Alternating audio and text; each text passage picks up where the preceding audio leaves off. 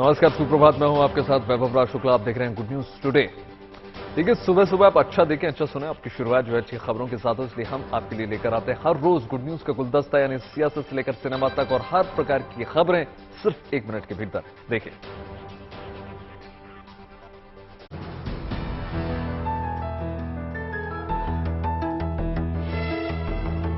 17 सितंबर को देश में चीतों के आगमन से शुरू हुआ पीएम मोदी के जन्मदिन का जश्न अब भी जारी है।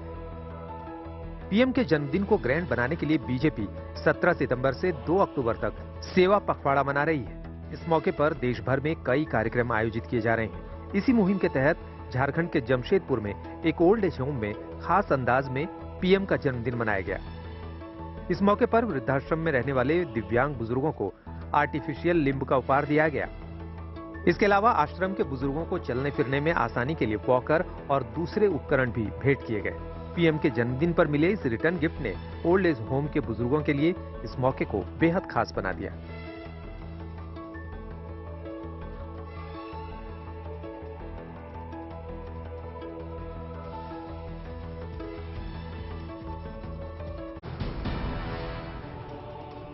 सोमवार देर रात ब्रिटेन की महारानी एलिजाबेथ का अंतिम संस्कार राजकीय सम्मान से किया गया। सबसे लंबे समय तक ब्रिटेन पर शासन करने वाली क्वीन एलिजाबेथ द्वितीय को सेंट जॉर्ज मेमोरियल चैपल में पति प्रिंस फिलिप की कब्र के पास दफनाया गया। इससे पहले रॉयल गार्ड्स की परेड के साथ क्वीन का ताबूत वेस्टमिंस्टर हॉल से वेस्टमिंस्टर एवे लाया गया। इस दौरान शाही परिवार के लोग गन कैरिज के पीछे चल रहे थे। अंतिम संस्कार की तमाम रस्में डीन ऑफ वेस्टमिंस्टर डेविड होयल कैंटरबरी के आर्क बिशप जस्टिन वेलबी ने पूरी करवाई। इसके बाद शाही रीति रिवाजों के मुताबिक क्वीन के निधन पर शोक जताते हुए शाही परिवार की तरफ से एक प्रस्ताव पढ़ा गया। फिर 2 मिनट के मौन के साथ स्टेट फ्यूनरल की रस्में पूरी की गईं।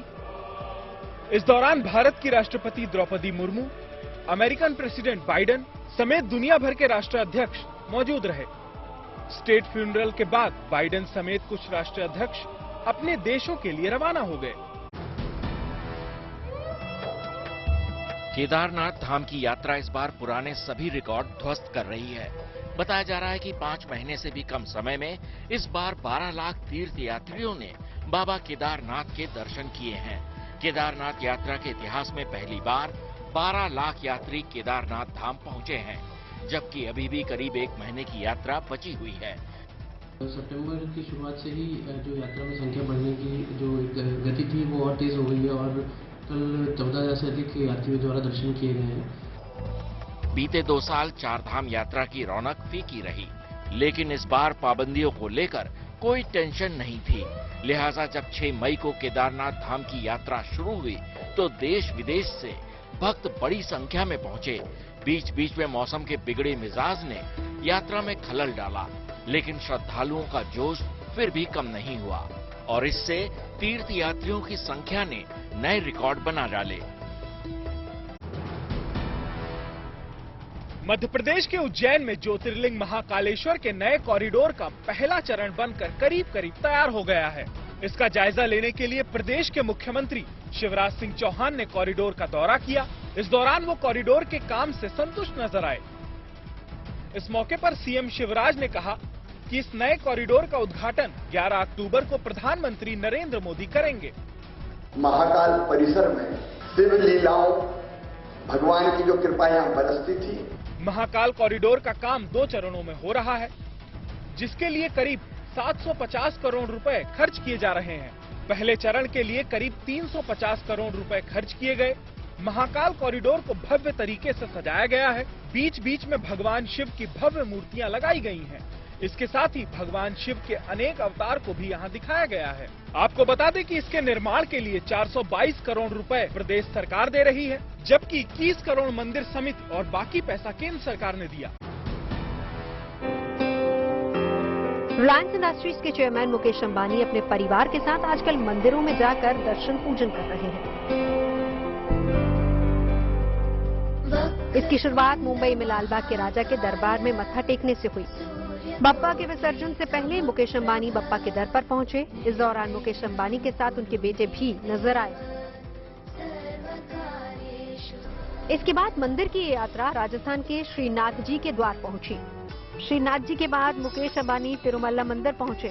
इस दौरान अंबानी परिवार ने भगवान वेंकटेश्वर के प्राचीन पहाड़ी मंदिर में दर्शन किए और विधिवत पूजा अर्चना की और भगवान वेंकटेश्वर का आशीर्वाद लिया। इसके बाद मुकेश अंबानी ने मंदिर को 1.5 करोड़ रुपए दान में दिए।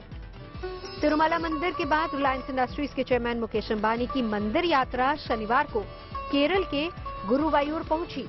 यहां अंबानी परिवार ने श्री कृष्ण मंदिर में पूजा अर्चना की। पंजाब के पूर्व मुख्यमंत्री कैप्टन अमरिंदर सिंह सोमवार को भारतीय जनता पार्टी में शामिल हो गए। कैप्टन अमरिंदर सिंह के रूप में बीजेपी को पंजाब में एक बड़ा सिख चेहरा मिल गया। इससे पार्टी को पंजाब के मालवा क्षेत्र में मजबूत होने में मदद मिलेगी। कैप्टन के साथ साथ उनकी पार्टी पंजाब लोक कांग्रेस का भी बीजेपी में विलय हो गया।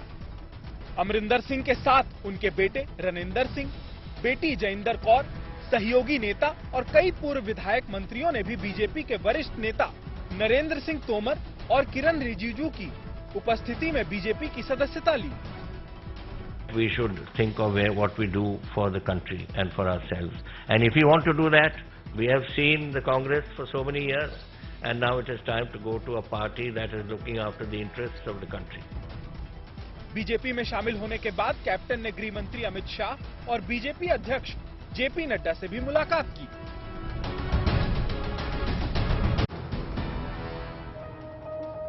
उत्तर प्रदेश में योगी सरकार ने महिलाओं के लिए शुभ पहल की है। यूपी विधानसभा के मानसून सत्र में एक पूरा दिन महिला विधायकों के नाम रखा गया है, यानी इस दिन सिर्फ महिला विधायक ही सदन में बोलेंगी। इस खास दिन हर महिला सदस्य को विधानसभा में बोलने के लिए वक्त दिया जाएगा। योगी सरकार ने ऐलान किया है कि 22 सितंबर को यूपी विधानसभा की 47 और विधान परिषद की 6 महिला सदस्य अपने विषय रखेंगी। विधानसभा में केवल महिलाओं से जुड़े मुद्दों पर ही चर्चा होगी, जिसमें महिला उत्थान, सशक्तिकरण, साक्षरता, स्वास्थ्य, लैंगिक समानता जैसे मुद्दे अहम रहेंगे। इस दिन कोई और विधायी कार्य नहीं किया जाएगा। इस दिन को विशेष बनाने के लिए महिला सदस्यों को दोनों सदनों में पीठासीन अधिकारी भी बनाया जाएगा।